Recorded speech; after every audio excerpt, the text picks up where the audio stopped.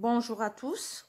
Dans le cadre de cette vidéo, je vais présenter le cours de lecture d'articles scientifiques qui est dispensé à des étudiants de la deuxième année master de recherche Business Administration et qui est assuré par moi-même, Hajar Sheikh Belhaj Qassem, durant cette année universitaire 2020-2021. Je vais commencer la présentation de ce cours par la présentation de ses objectifs.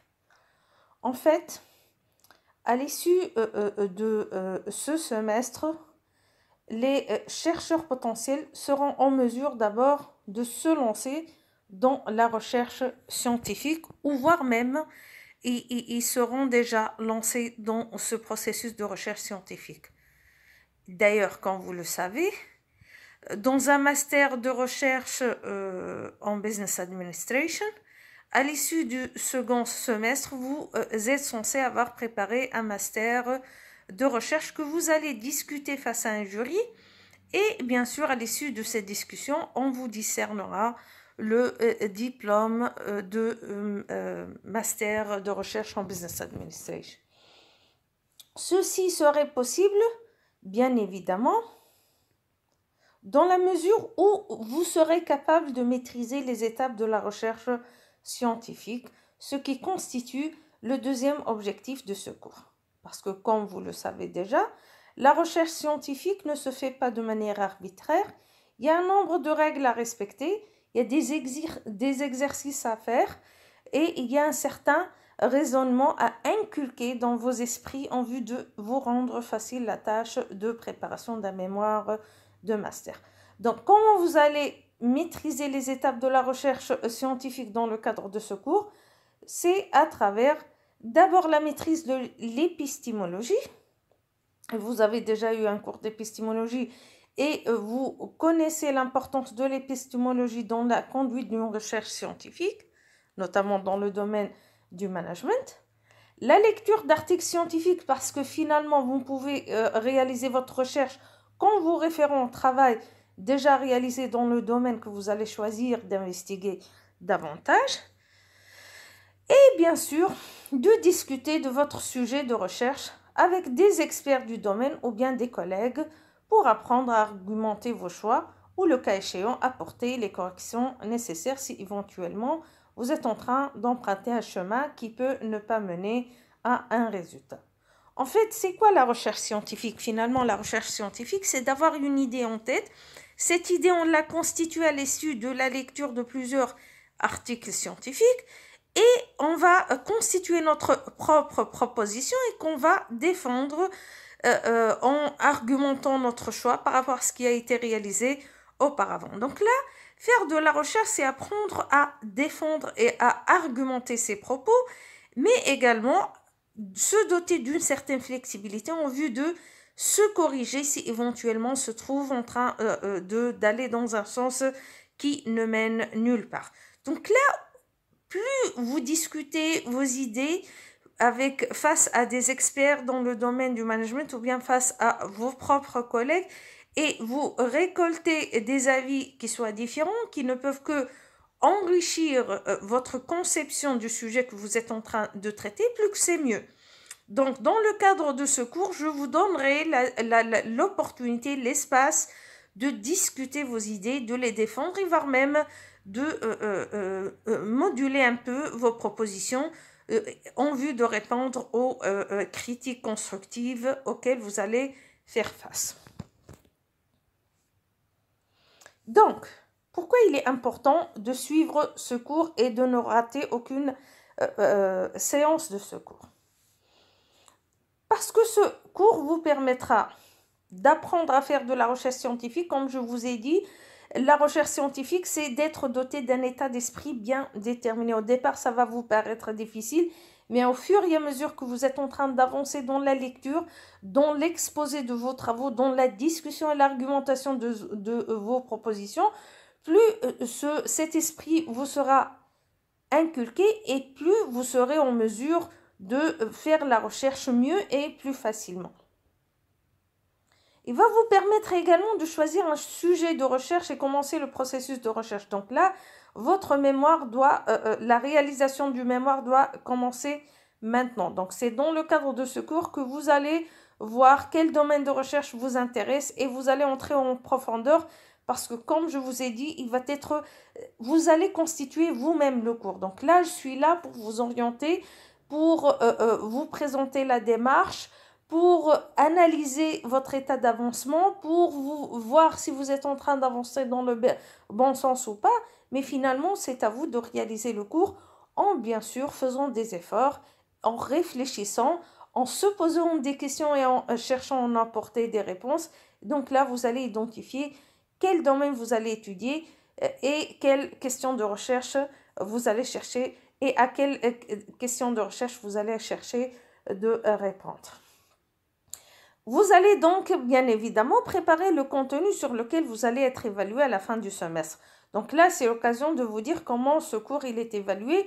Eh bien, ce cours il est évalué sous forme d'une mini-soutenance, là où vous allez présenter le sujet de recherche, le cadre théorique. Pourquoi d'abord ce sujet de recherche? Pourquoi vous avez choisi de vous attaquer à cette problématique? Quelle est votre question de recherche? Quel est votre cadre conceptuel dans lequel vous allez argumenter, définir vos concepts et argumenter vos hypothèses, vos propositions de recherche, etc. Et quelle démarche allez-vous suivre en vue de répondre à la question de recherche qui est posée? Bien sûr, cela ne peut pas être inventé, mais il se prépare petit à petit en avançant dans le processus de réflexion que nous allons adopter tout au long de ce semestre et durant les séances de ce cours.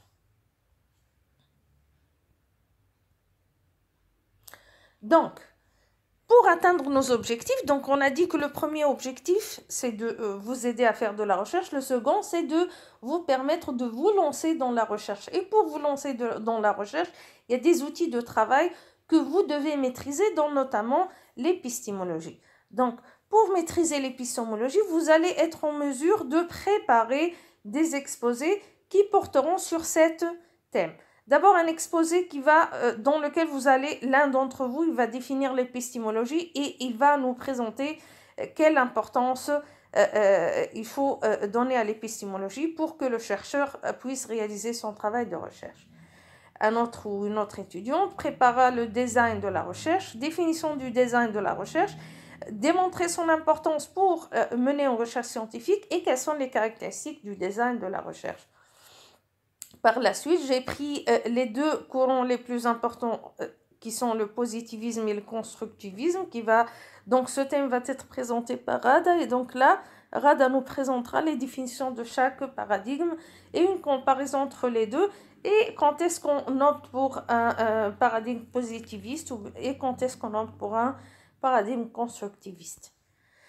Par la suite, Eya va nous présenter un exposé sur la problématique, la question de recherche et les hypothèses de recherche. Bien sûr, elle va définir chacun de ces concepts, mais également, elle va nous présenter le rapport qui lie la problématique à la question de la recherche et la question de la recherche aux hypothèses de la recherche. Bilal présentera les différents types d'hypothèses, comment les présenter et quand est-ce qu'on se trouve dans l'un ou l'autre des types. Et par la suite, on présentera un exposé sur les différentes voies pour définir la question de la recherche. Et ça, c'est un exposé qui est très important, qui va vous permettre de voir comment vous allez définir votre question de la recherche, comment vous allez procéder, bien sûr en faisant le rapport avec les travaux qui sont déjà réalisés dans le domaine qui vous intéresse, comment partir de travaux déjà réalisés pour définir ma question de la recherche. Et finalement, le dernier exposé portera sur le concept, le construit et la variable, définition de ces différents concepts, mais également démontrer la relation et le passage, comment se fait le passage du concept au construit à la variable. Donc, on a dit également que pour maîtriser le processus de la recherche, vous êtes en mesure de lire des articles scientifiques.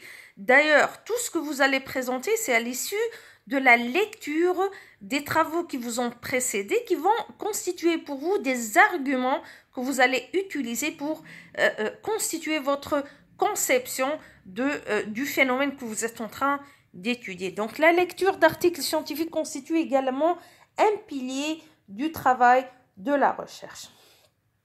Pour cela, donc, vous aurez besoin de connaître qu'est-ce qu'un article scientifique. Est-ce que tout écrit, tout travail qui est présenté, surtout aujourd'hui sur le web, donc si vous recherchez des informations sur n'importe quel concept, vous allez trouver un grand nombre de travaux. Donc est-ce qu'on considère tous ces travaux ou bien il faut qu'il y ait certaines caractéristiques qui définissent l'article scientifique. Vous devez apprendre à rechercher ces articles scientifiques. Il y a des bases de données, il y a des endroits où on peut rechercher ces articles scientifiques. Et donc, je vais vous présenter ces différentes bases de données. Vous devez donc là connaître où trouver les articles scientifiques. Mais pour chercher un article scientifique, qu'est-ce que je mets sur le moteur de la recherche? Quel terme je dois mettre pour trouver l'article scientifique? Et apprendre comment choisir l'article scientifique à lire. Donc là, est-ce que je vais lire tout ce qui se présente face à moi ou bien je vais faire le tri? Et donc là, parce que vous allez partir d'un concept général et par la suite, vous allez, au fur et à mesure que vous avancez dans votre processus de recherche, vous allez limiter le champ et donc vous allez vous concentrer sur des éléments bien précis. Donc là, est-ce que la lecture au départ c'est la même à la fin? Est-ce que je vais lire la même quantité d'articles? Est-ce que je vais tout lire? Qu'est-ce que je choisis pour lire? Comment faire pour lire? Est-ce que je lis l'intégralité de l'article ou bien je fais une lecture transversale? Quels sont les éléments qui se trouvent sur l'article auxquels je dois porter une attention qui met dans le choix des articles à lire ou les articles à lire ultérieurement peut-être ou en profondeur ou bien de manière peut-être transversale, etc. Et donc, bien sûr, nous allons faire une activité de lecture d'un article scientifique pour présenter un article scientifique, voir quels sont les éléments qui le constituent et comment se fait la lecture d'un article scientifique. Donc, je vous ai dit que un élément très important dans la constitution de ma conception du sujet que je suis en train d'étudier, de clarifier cette conception vis-à-vis à moi-même et également à une audience. Parce que comme vous le saviez, un travail de recherche, c'est quelque chose que je ne fais pas pour moi-même, mais je le fais pour la communauté scientifique, pour le discuter, pour l'argumenter, pour le défendre et pour le positionner par rapport à des travaux qui ont déjà été faits. Donc là, il est primordial que vous discutez à chaque phase de votre avancement, votre état d'avancement face à une audience. Donc là, chaque semaine, chaque chercheur, et vous êtes de futurs chercheurs, maintenant vous n'êtes plus des étudiants, vous êtes des chercheurs potentiels, vous êtes en train de préparer votre projet de recherche scientifique, et donc là, chacun d'entre vous, il va exposer son état d'avancement pour argumenter ses choix et bien sûr pour apporter les corrections nécessaires à la lumière des critiques qui vont lui être adressées soit par ses collègues, soit par des invités experts en recherche scientifique dans différents domaines de management. Pour ce faire, donc là, je remercie à travers cette vidéo mes amis qui ont l'amabilité de faire partie de ce cours de lecture d'articles scientifiques et qui sont chacune d'entre elles spécialisées dans un domaine particulier du management. Donc, elles vont être présentes en fonction, bien sûr, de leur disponibilité en vue de écouter ce que vous êtes en train de présenter et vous donner un feedback qui va soit pour vous orienter vers des pistes que vous n'avez pas encore explorées ou bien vous montrer comment vous exploitez de la meilleure façon possible les pistes que vous avez déjà choisies. Et donc, bien sûr, il faut être attentif, il faut prendre des notes, bien sûr, il faut avoir l'esprit ouvert, il ne faut pas trop s'attacher à son sujet, il ne faut pas non plus laisser tomber son sujet. Donc là, il faut trouver l'équilibre entre quand est-ce que j'argumente, je tiens bon et je défends mes idées, quand est-ce que je m'ouvre un peu et j'essaye de moduler, de changer, d'adopter et de tirer profit des idées qui me sont proposées par soit mes collègues, soit par les invités de chaque séance. Donc, les objectifs de la recherche. Et là, donc il y a une question que vous devez vous poser à ce moment-là. Pourquoi vous êtes en train de faire de la recherche? Pourquoi vous avez fait ce master? Quels sont les horizons qui s'ouvrent à vous à travers ce master? Pourquoi ce choix? Qu'est-ce que vous voulez faire? Est-ce vous êtes venu d'un monde professionnel et donc vous avez une problématique bien déterminée qui est en rapport avec votre travail, ou bien vous êtes dans l'exploration du monde et de la recherche scientifique, et donc là vous êtes ouvert à toutes les propositions. Donc ça, c'est très important, et vous devez vous poser la question: quel est le domaine qui me fascine, qui m'intéresse, dans lequel je veux faire de la recherche? Parce que un mémoire de master, c'est 6 mois de travail, et ça va commencer d'ailleurs depuis maintenant. Donc ça va être une année de recherche. Donc une année de recherche auquel vous devez donner le temps et l'énergie nécessaires. Donc mieux vaut vous lancer dans un domaine qui vous fascine, et parce que ça ne va pas être aussi évident que vous le pensez, mais ça ne va pas être difficile si éventuellement vous allez suivre les conseils qui vous ont été donnés, et que vous allez travailler autant que nécessaire pour réaliser votre travail de recherche. Donc là, demandez-vous: quel est le domaine qui m'intéresse, pourquoi je suis là, pourquoi je fais ce travail de recherche, qu'est-ce que je cherche à travers la réalisation de ce mémoire de recherche, quel domaine m'intéresse, qui peuvent être mes partenaires, est-ce que je peux avoir l'appui d'une entreprise, d'un organisme qui peut financer, m'aider à la réalisation de ce travail de recherche, et m'aider, par exemple, me fournir les informations nécessaires, etc. Donc, tous ces éléments sont très importants. Donc, quelles sont les opportunités qui se présentent à moi? Quelles sont mes forces? Quels sont mes atouts? Et donc là, essayez de profiter de ces éléments en vue de faire de la recherche et de tirer profit de ces éléments que vous avez déjà énoncés certainement. Donc, pour vous aider à bien répondre à la question posée, je vais vous présenter quelles sont les voies que vous offre la recherche scientifique. Donc, si je fais de la recherche scientifique, c'est pour faire quoi? D'abord, vous êtes en train de faire de la recherche scientifique pour obtenir votre diplôme de master de recherche et donc couronner un parcours de 2 années de travail. Bien sûr, je sais que c'est pas évident. Vous avez travaillé, vous avez persévéré, et donc bien sûr, la moindre des choses, c'est d'obtenir finalement votre diplôme de master de recherche.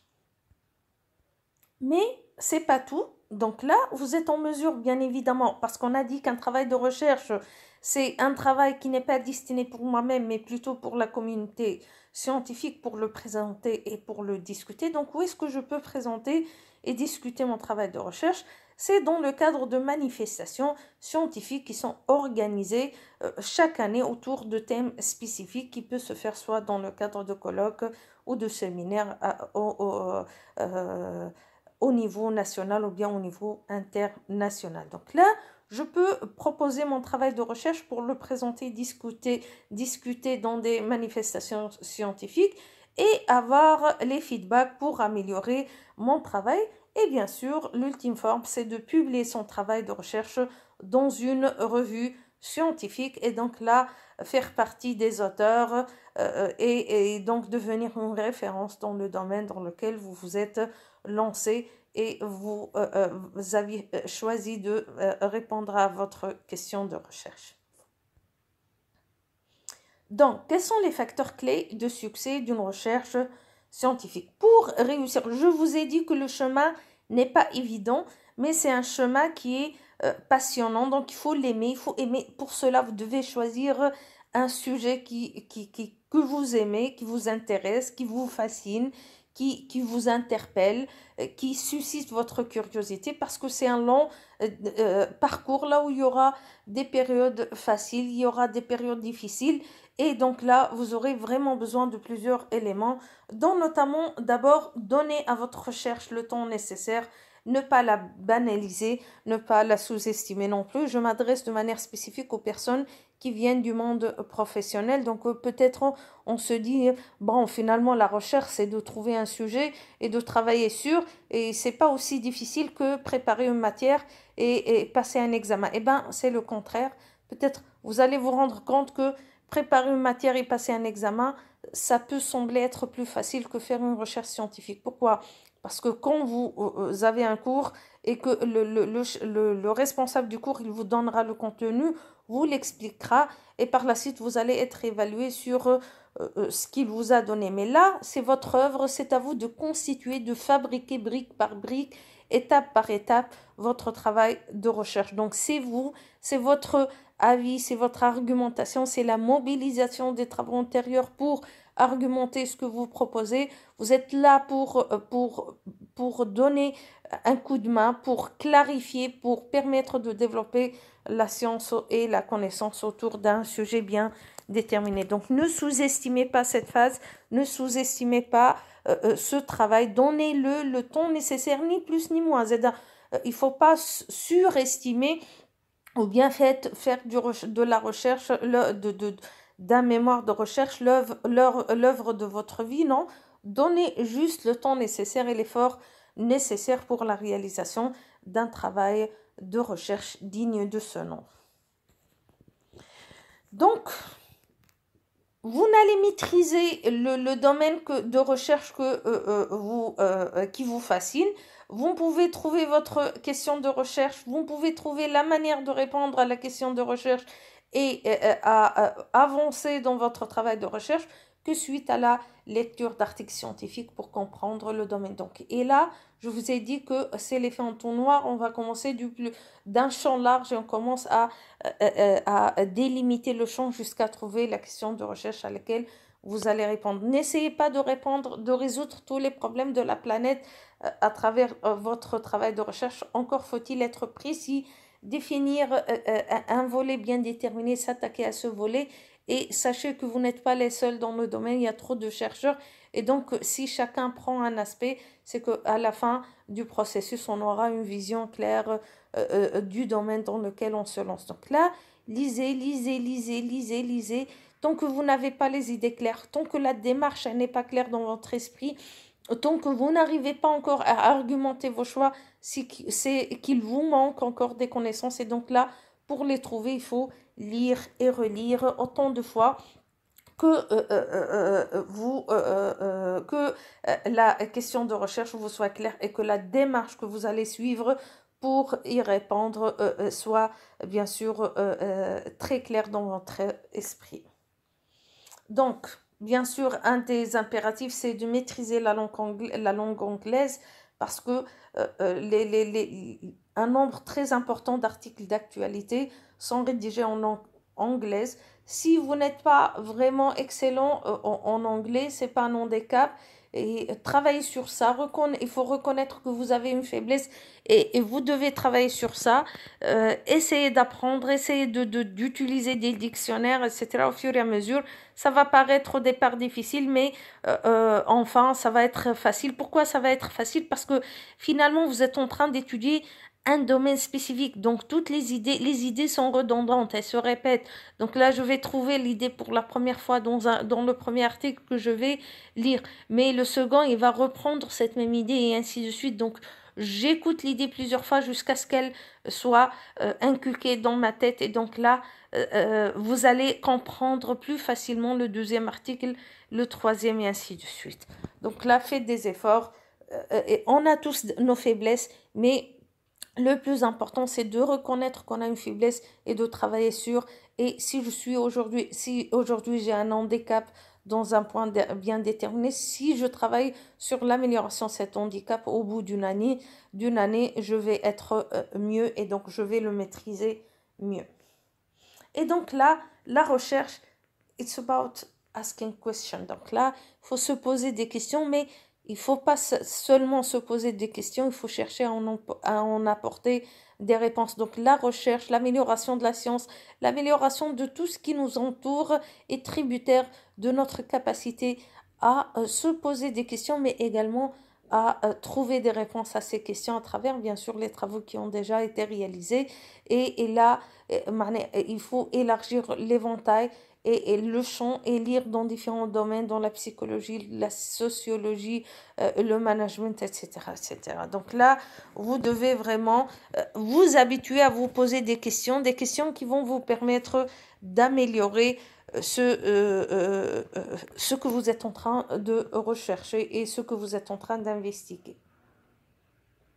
Et la clé de succès d'une recherche scientifique, c'est de travailler en équipe. Personne ne peut avancer tout seul. Donc là, vous êtes déjà un groupe de 7 chercheurs potentiels, travaillez ensemble, essayez de partager l'information. L'information, ce n'est plus un secret. Si maintenant vous cherchez n'importe quoi, il suffit de mettre sur Google et là vous aurez d'innombrables articles. Donc essayez de vous aider les uns avec les autres. Là, je vous donnerai l'occasion de discuter de vos sujets les uns face aux autres. Pourquoi? Pour justement vous aider à travailler en équipe. Si je trouve un article qui peut être bénéfique à une amie, je le lui donne. Je suis en train d'étudier un concept et en lisant sur ce concept, j'ai découvert un concept qui peut être utile à mon ami, je le lui donne. Donc là, partager l'information, voire même partager les rôles. Si moi et mon ami, on a la même cible, par exemple, on s'intéresse tous à des chefs d'entreprise, et donc là, au lieu de faire deux questionnaires, on va faire un seul questionnaire, et moi, je vais le distribuer dans mon réseau, et elle va le distribuer dans son réseau, et là, on crée l'effet de synergie. Si je connais quelqu'un qui peut être utile à mes amis, je facilite leur contact avec lui, et ainsi de suite. Donc là, si seul on peut aller plus vite, ensemble on peut aller plus loin. Donc travaillez en équipe, échangez vous les ressources scientifiques, les moyens. Et donc là, plus on est ouvert sur les autres, plus on s'entraide, plus on le fait vite, mais avec plus d'assurance. Donc, où est-ce que vous pouvez trouver de bonnes pistes pour des questions de recherche? Je sais que la tâche la plus intrigante pour un chercheur en master, c'est de trouver la question de recherche. Donc, qu'est-ce que je vais étudier? Donc, attention, il y a une erreur qui est communément commise, c'est que je prends le concept X et je veux forcer la relation avec Y. Non, on ne force pas des relations, on n'invente pas des relations, on les déduit de la littérature ou bien on les déduit du terrain. Donc là, vous avez des voies qui vont vous permettre de trouver des questions de recherche. Mais avant d'arriver à ces questions de recherche, donc la bonne piste pour la recherche de questions de recherche, c'est de justement chercher les manifestations scientifiques ou bien les numéros de revues qui vont paraître dans les années à venir. Pourquoi? Parce que chaque année, la communauté scientifique, comme j'ai dit tout à l'heure, organise des colloques, des séminaires scientifiques autour de thèmes d'actualité, comme des numéros spéciaux de revues scientifiques sont dédiés à des thèmes d'actualité. Donc, une des tâches les plus faciles pour trouver un sujet de recherche d'actualité, c'est justement faire des recherches sur les manifestations et les numéros spéciaux qui sont préparés dans le cadre de revues scientifiques. Donc, je fais par exemple appel à contribution entrepreneuriat 2021 parce que ça y est, 2020, il s'est écoulé. Maintenant, on prépare des travaux pour 2021-2022. Call for Papers 2022 et je mets entrepreneurship. Et donc là, ça va me donner toutes les manifestations, qu'elles soient scientifiques ou bien les appels à contribution dans des revues scientifiques autour du thème en question. Donc, pourquoi il est important de rechercher dans ces pistes particulières? Parce que ces manifestations et ces numéros sont organisés par thème. Donc là, vous n'allez pas trouver... Bon, des fois, on prend plusieurs thèmes en même temps, mais généralement, ces manifestations sont organisées par thème. Et si on prend différents thèmes, c'est que certainement, il y a un dénominateur commun qui permet d'allier ces différents thèmes. Donc là, ce sont des choses qui sont organisées par thème. Et bien évidemment... faire appel à ces appels à contribution et ces appels à manifestation, ces appels, ces call for paper vont vous aider à trouver des sujets de recherche et des questions de recherche d'actualité. Donc, il y a un autre élément qui est très important, que dans chaque appel à contribution ou à participation, vous aurez d'abord, on commence par montrer l'importance du thème étudié. Par la suite, on pose le problème et on vous donne une panoplie de sous-thèmes sur lesquels vous pouvez travailler. Mais le plus important est qu'on vous donne des références bibliographiques qui sont directement liées au concept étudié, mais et qui sont également d'actualité. Donc, je vous donne un exemple. Par exemple, ça c'est un call for papers pour 2022 qui porte sur Digital Entrepreneurship Opportunities, Challenge and Impacts. Donc, ça c'est un numéro spécial, Special Issue. Donc, comme vous le voyez, donc ce qui est écrit en bleu, c'est des références bibliographiques. Donc, comme vous le voyez, 2019, 2016, 2019, 2017, 2006, 2018, 2010.